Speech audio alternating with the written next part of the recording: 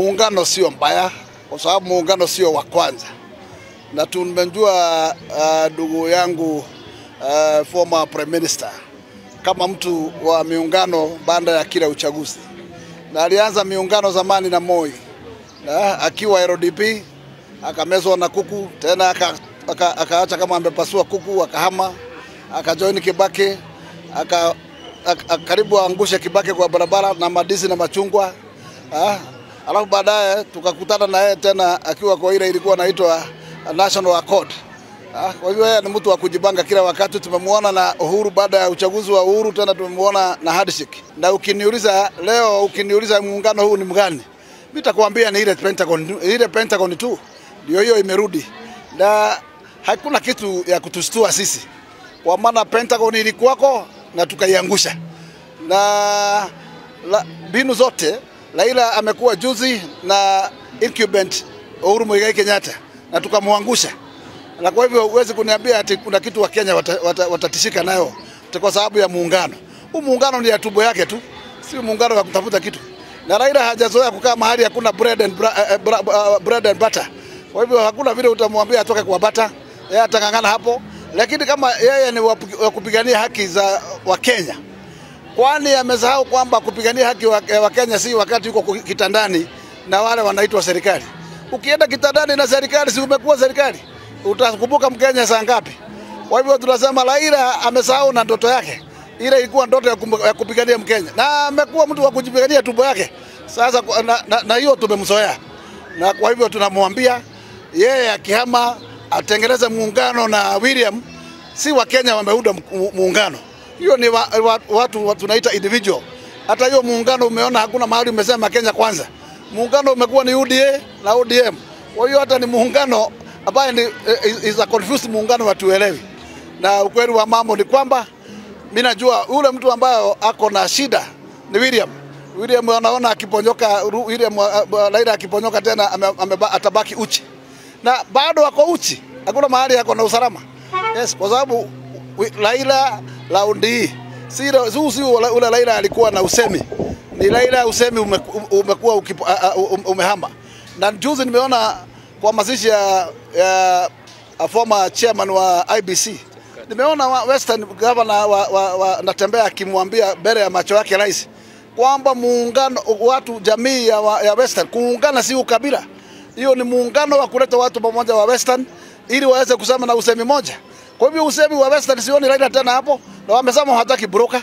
Hawataki broker wa kuwatetea. Kwa hivyo yeye afanye ubroker wa Nyanza ya Ruo, si mahali nyingine. Kuna kitu ya William inafanya kazi. Wewe umesikia hiyo SHA haiko kwa serikali. Kwa hivyo pesa inaenda mahali private. Hiyo ukiangalia ile ukora huko kwa e-citizen, ndio hiyo ukora umeingizwa kwa SHA na ujui pesa inakwenda wapi. Accountability hujui utafuata nani. Serikali is nowhere. Sasa tunasema it is as good as illegal. Yes. Na haraka iwezekanavyo kuwa na serikali nyingine irudisha NHIF. Kwa sababu hii ni ukora na hakuna mahali inatupeleka. Hata hii inaitwa affordable housing. Ni ukora tupu. Tumeweka mtu mmoja anaitwa Deviki. Hata hiyo ndio awe supplier wa mabati wa kila kitu, wa chuma, kila kitu mpaka simiti. Sasa hiyo si ni monopoly. Na tumeenda tukabadilisha sheria. Tukaleta kodi inaitwa export levy.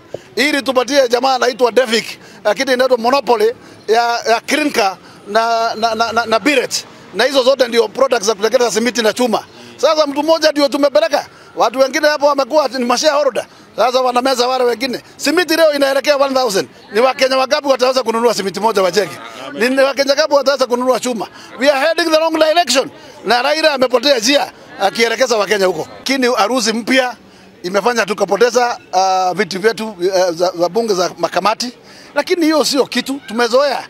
Na tunajua hata Purge wakati ilianza pale kwa Gachagua, tulijua itaendelea. Imekuja bunge, itaenda hata kwa mawaziri, itarudi pale, itaenda mpaka kwa ma-PS. Kwa hivyo hata kwa ambassador itakuwa namna hiyo. Lakini hiyo ni kujaribu kuweka bibi wa karibu hapa, mtu wa kukusaidia safari ya kwenda re-election. Lakini nakwambia hiyo meli imesama kama jana. Yes, na mimi nakwambia hata hiyo inaitwa kifo ya nyani na hakuna mtu watapanda wakosa, kila mtu lazima itereze. Mimi nakuambia Western kama mahali tunaelekea, nimekuambia wameondoka mahali ya kuwa na hiyo watu wanaitwa bitrita. Hawataki hawa watu wanaitwa emissary. Hawataki watu wanaitwa broker kwa wakati huu, na watajipeleka kwa meza ya kunegotiate. Hawatatuma Raila tena. Kwa mambo ni kwamba hatuwezi kuwa na uchaguzi katikati ya kipindi. Na ukiangalia kama katiba vile imependekeza kwamba governor akishindwa na kazi akiwa impeach na atoke, deputy wake anachukua serikali anasongesha mpaka mwisho.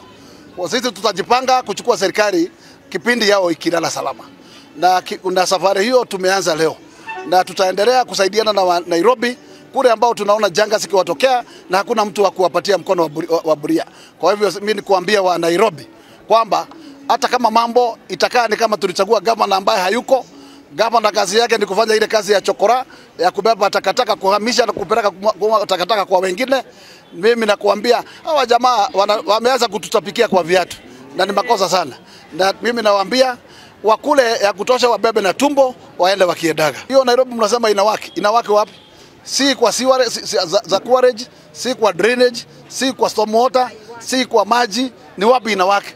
Si kwa barabara, si kwa takataka, inawaki wapi? Yeah. Hii Nairobi imesahurika na ikawachwa, na ni lazima tuitafutie mwongozo mpya, na kwa hivyo wakati unakuja.